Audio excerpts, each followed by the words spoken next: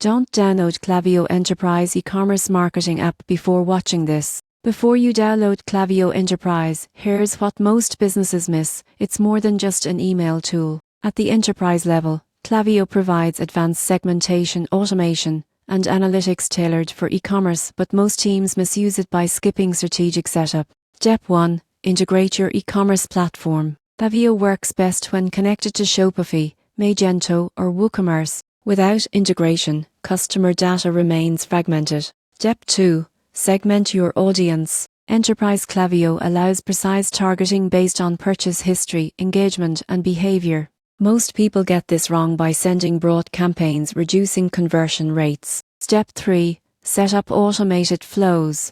Create welcome sequences, abandoned cart reminders, and post-purchase campaigns. The surprising truth is, poorly configured flows can confuse customers and hurt revenue. Step 4. Monitor performance. Track open rates, clicks, revenue per email, and customer lifetime value.